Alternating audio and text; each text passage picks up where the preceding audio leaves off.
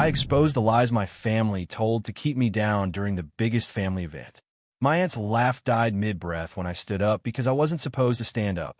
I was supposed to stay in my seat at the far end of the long table, the one they'd tucked me into like an extra chair they couldn't hide, and clap politely while my dad soaked up the spotlight. The ballroom smelled like warm bread rolls and cheap floral centerpieces, and the DJ had the music low because we were in the speeches part. Microphone feedback, clinking glasses, phones held up in that hungry way people film family moments. Dad had just raised a champagne flute and said my name out loud like it was the punchline of a joke he'd been saving. My hands were damp against the paper napkin on my lap. My heart was doing that ugly thud, thud, thud like it wanted out of my ribs. I could feel my cousin Nina's knee bouncing beside mine, like she'd sensed the shift before anyone else did. Up on a little stage, the spotlight made Dad's forehead shine. Mum sat beside him, smiling too hard, eyes darting around the room like she was checking for cracks in the story. I grabbed the edge of the table to steady myself and heard the faint scrape of my chair against the carpet, a sound that shouldn't have mattered but suddenly felt like the loudest thing in the world. Dad's eyes snapped to me, sharp warning. Mum's smile faltered for half a second, then stitched itself back together. My brother Mark, of course, leaned back in his chair near the front with that smug little tilt of his chin, like he couldn't wait to watch me swallow whatever they'd fed the room. I wasn't thinking in nice sentences. I was thinking in body language and survival. Don't shake. Don't cry. Don't let your voice go high. I stepped into the aisle anyway, walked toward the stage, and as I passed my grandmother's table, I felt her fingers catch my wrist for the briefest moment. Light, shaky pressure, like a silent question. What are you doing? I squeezed her hand once and kept going. The microphone sat on its stand, and Dad's hand hovered over it like he owned the air. He leaned down, voice low and poisonous, but still smiling for everyone. Sit down, he hissed, barely moving his lips. Don't ruin this. I looked up at him, took the microphone out of the stand with one smooth motion, and set into it. I'm not ruining anything. I'm correcting it. It was a Tuesday night when I finally understood how long they'd been doing it. I was in my apartment in Parramatta, the kind with thin walls where you can hear your neighbor's TV through the plaster, and I was eating cereal out of a mug because I hadn't done dishes. My laptop was open on the coffee table, invoices on one side, a half-finished presentation deck on the other, and my phone was face down because I'd been ignoring the family group chat all day. I'd just come off a call with a client who'd said, "We're really happy with your work," and that should have made me feel good, but instead I felt that familiar tightness in my chest that always shows up after praise, like my body doesn't fully trust it. Then my email pinged. Subject line, Payment overdue, final notice. From a supplier I didn't recognize. I clicked it, confused. It was addressed to the family business name. Attached was a PDF statement. The amount was huge. The due date was last month. And under primary contact, it had my name and my personal email address. I stared at it so long my eyes went dry. My name, my email, my phone number, like I'd personally ordered equipment I'd never seen. I scrolled down and saw a chain of replies underneath. My dad's email address tucked into the thread with a line that made my stomach drop. She handles the money. Please chase her directly. She's been unreliable lately. Under that, another message from my mom. We've done what we can. She doesn't listen. And then, as if to solve it, a reply from Mark. Yeah, she's always been bad with money. Don't expect it soon. I felt heat flood my face. Not just anger. Something closer to humiliation, like I'd walked into a room and realized everyone had been laughing behind my back and I was the last to get the memo. I clicked through more emails, more invoices, more suppliers, and the pattern repeated. Dad or Mum redirecting blame to me, telling people I handled finances, telling people I was difficult or unstable or overwhelmed, telling people, strangers, exactly the story they'd been telling our family for years. Because here's the lie they've been feeding everyone, that I'm smart but scattered, that I can't stick to anything, that I always need help, that my success is luck and my failures are proof. It sounds mild when you say it like that, like concerned parent chatter, but it's not mild when you watch it shape how people treat you.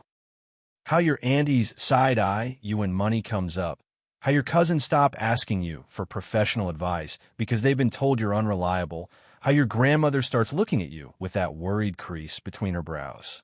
It's not mild when you realize it's been used as a tool. Keep her small, keep her grateful, keep her easy to control. Growing up, I was the kid who did everything right because I thought it would earn me peace. Good grades, no trouble, help mom with cooking, help dad with admin smile for photos. Don't talk back. Mark was the kid who did whatever he wanted and got forgiven for it. He'd blow his pay on dumb stuff, and dad would shrug like he's young. I buy my own school supplies, and mom would say, "You're so independent," like it was a compliment instead of neglect dressed up nice. When I moved out, it wasn't dramatic. It was quiet. I left because the house made me feel like I was constantly auditioning for love. I got a job in operations, worked my way up, and on the side I helped with the family business because it was temporary and just until we get on our feet. You can guess how that went. Temporary turned into years. Just this one thing turned into me being the default problem solver. And every time I tried to pull back, I got hit with the family script. After everything we've done for you, you're so ungrateful. You think you're better than us now. But the biggest lie, the one that did the most damage, started last year when the business hit a rough patch. Costs went up. A couple of big clients fell through. Dad panicked, and Dad's panic always needs a target. Suddenly, relatives started making little comments around me. Hope you're not stressing your parents out too much. Money is hard. Love, you have to be careful. Your dad said you've been distracted. One cousin joked, "Don't let her handle the cash box," and laughed like it was harmless. I laughed too, because what else do you do when the room is watching? Meanwhile, I was quietly doing the opposite of what they accused. I was paying bills, covering gaps, setting up payment plans. I transferred money to mom multiple times with descriptions like supplier and Van Rigo and wages, thinking we were all trying to keep the ship afloat. The whole time, Dad was telling the family I was the one poking holes in it. That Tuesday night with the supplier email, something snapped into focus. It wasn't just family gossip. It was a strategy. If everyone believes I'm irresponsible, no one will trust my version of events. If everyone believes I'm the problem, Dad gets to be the hero who puts up with me. If I'm always the liability, I'm always the one who has to prove myself. I'm always the one who can be pushed aside. I didn't call Dad that night. I didn't ring Mom and scream. I just sat there, staring at my laptop, and felt this cold clarity settle over me. I opened a new folder on my desktop and started saving everything. Emails, screenshots, bank transfers, WhatsApp messages where Mom begged me for money and then later told the family I refused to help. A voicemail from Dad where he said, "If you don't send it, I'll tell everyone what you're really like." I listened to that voicemail 3 times, my thumb hovering over delete like I always do, and for the first time I didn't delete it. I saved it, because I was done being the only one living in reality.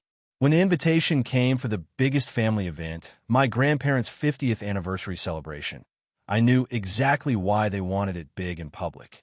Dad had planned it like a production, hired a photographer, rented the ballroom at the club, printed a glossy program with family photos and a timeline of milestones. He told everyone to dress up. He insisted we do speeches. He made sure the whole extended family flew in, and the cousins brought their partners, and there were so many people I barely recognized some faces. He wanted an audience because audiences make people behave. Audiences pressure you into silence. Audiences make you swallow things you'd spit out in private. He also wanted an audience because he wanted to cement the story before I could challenge it. A week before the event, Mom called me and said, in that careful voice she uses when she's lying, "We're doing a little segment during speeches where Dad is going to thank everyone who helped keep the business going." I said, "Okay." She paused, then added, "Just don't get emotional, all right? Don't make it about you." I felt my jaw tighten so hard my teeth hurt. "What would I make about me?" I asked. Mom sighed like I was tiring. "You know, you've been sensitive lately." Sensitive. That was the other lie.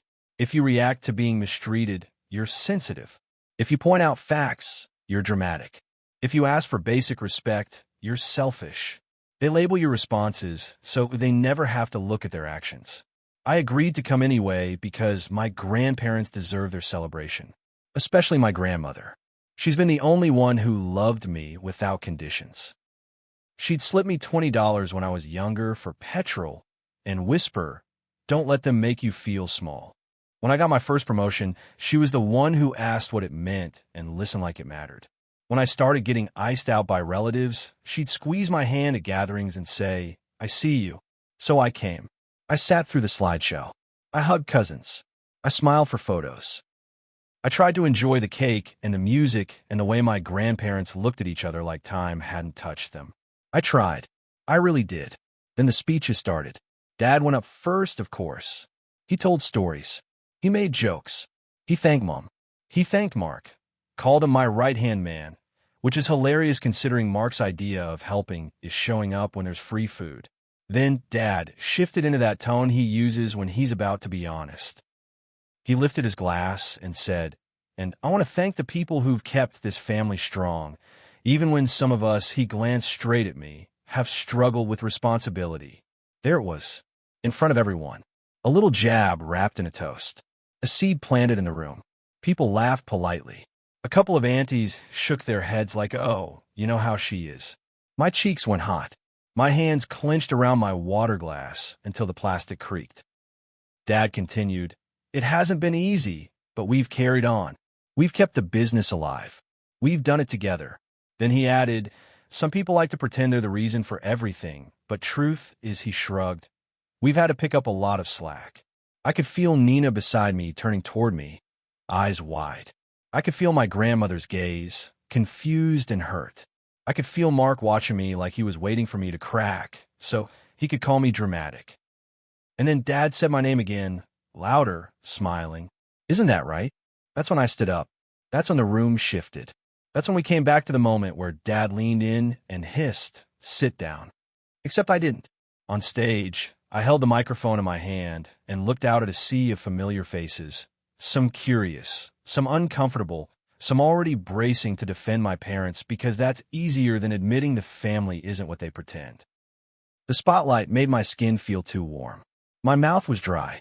I could hear the DJ's laptop fan humming behind the speakers. I could hear my own heartbeat like it was mic'd too. "I wasn't planning to speak," I said, and my voice sounded steadier than I felt. "Tonight is about Nan and Pop, and I'm going to keep it about them as much as I can."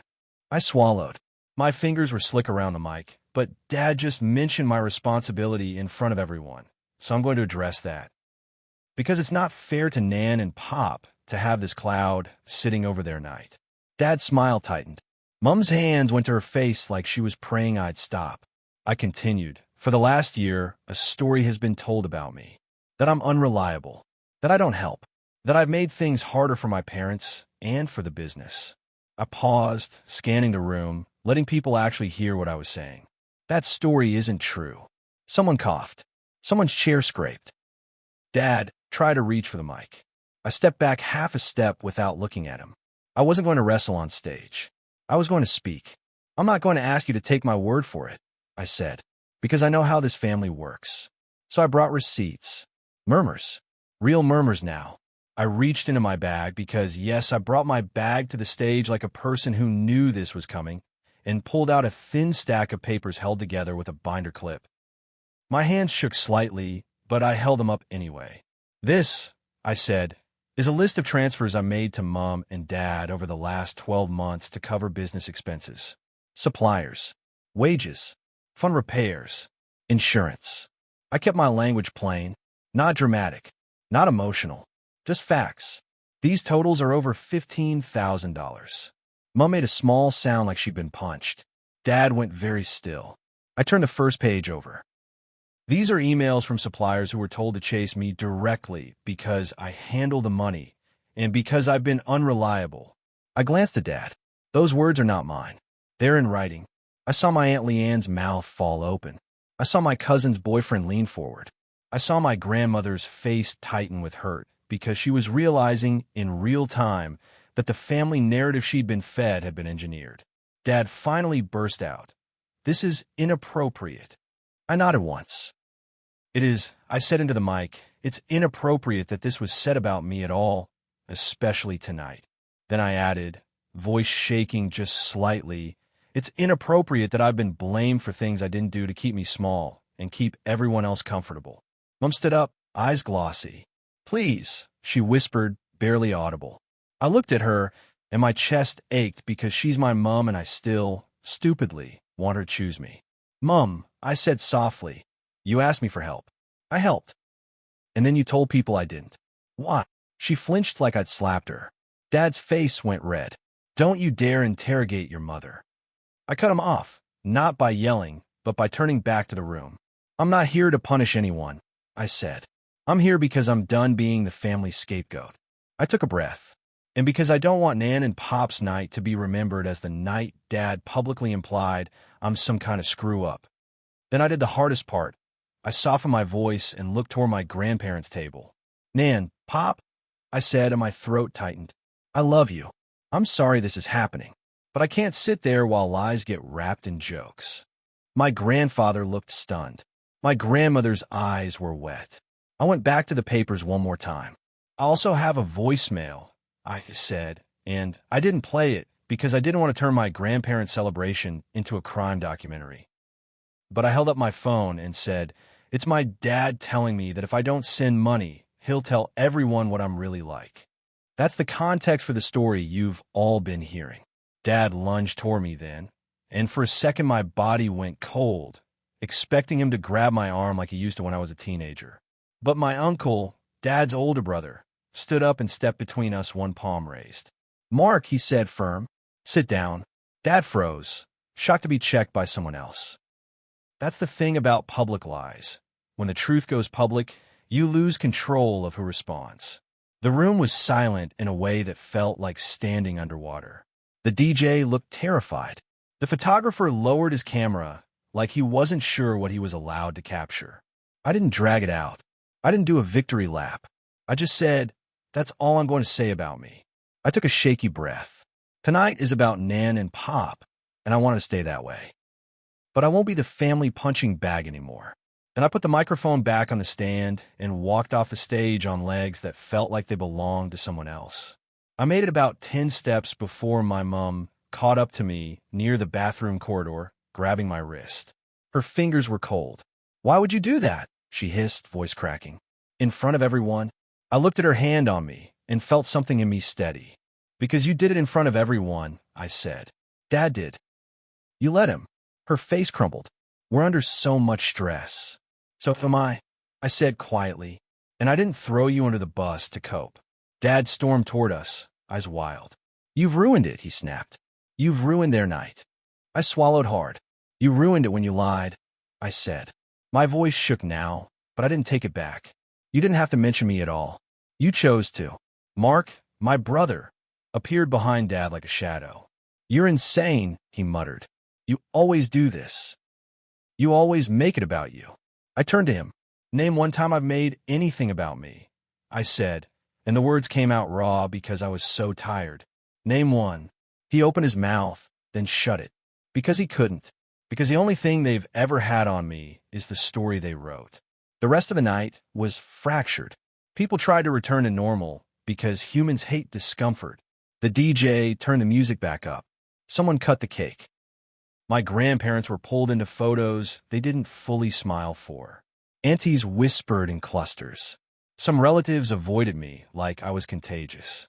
Some came up and touched my arm and said, I didn't know, with faces that looked genuinely ashamed. My uncle quietly asked for the supplier emails because he wanted to understand. Nina hugged me so hard my ribs hurt and whispered, I'm proud of you. And I almost cried right there. The worst moment was when my grandmother found me near the dessert table later, eyes wet, voice shaking. Is it true? She asked softly. They said you didn't help. I felt my throat close. I reached into my bag and pulled out my phone and showed her the bank transfers, not because I wanted to prove myself to her, but because I couldn't bear her doubting me. She stared at the screen, then looked up at me and whispered, Oh, love. She hugged me, and I felt her small frame tremble. I'm sorry, she said, and that apology, coming from the one person who didn't owe me one, nearly broke me. After the event, the fallout came in waves. Dad didn't speak to me for 2 weeks. When he finally did, it was a voicemail full of rage and wounded pride, calling me ungrateful, calling me cruel, telling me I'd betrayed the family. Mom sent paragraphs that swung between pleading and blame. You didn't have to shame us. You know your father. We're still your parents. Everyone is talking. Mark posted a vague status about toxic people and unfollowed me like that was a punishment. But something else happened too. The lie lost its power. Because once you say things out loud, people start comparing them to reality. My cousin messaged me asking for my side. My Aunt Karen admitted she'd repeated stuff about me and said she felt sick about it now. My uncle offered to sit down with Dad and sort out the business properly, which is code for you don't get to keep doing this. Suppliers started emailing the business account instead of my personal email because someone, probably my uncle, told them to stop dragging me into it. And me? I stopped sending money. Not in a dramatic, teach them a lesson way. In a quiet, boundaries way. I replied to Mom once, calmly, I'm not funding the business anymore. If you need help, ask transparently, in writing with a plan. Otherwise, no. She didn't like it. Dad exploded. Mark called me selfish. And then nothing. The world didn't end. The sky didn't fall. My nervous system kept waiting for punishment. But all that happened was that the leeches stopped getting fed. A month later, my grandmother invited me over for tea. Just me. No audience. No speeches. When I arrived, she had biscuits laid out and her hands shook slightly when she poured the tea. She said, I'm not asking you to forgive them quickly. Then she paused, eyes fierce in that quiet grandma way. But I'm asking you not to shrink yourself for their comfort ever again. I nodded because my throat couldn't manage words. So yeah, I exposed the lies during the biggest family event, and it was messy and awful and not satisfying in the clean way revenge stories pretend it is. It was shaky hands and dry mouth and seeing my grandparents' faces fall and carrying guilt and relief at the same time like 2 bricks in my chest. But here's the thing. The lies were keeping me down because they worked in silence. They worked because everyone half believed them, and I kept trying to be nice instead of honest. The night I spoke, I didn't become the villain they warned everyone about. I became a person who refused to be rewritten. And if my family hates me for that, then at least they hate the real version of me, standing up, voice trembling, telling the truth, rather than the broken little character they invented to keep themselves feeling clean.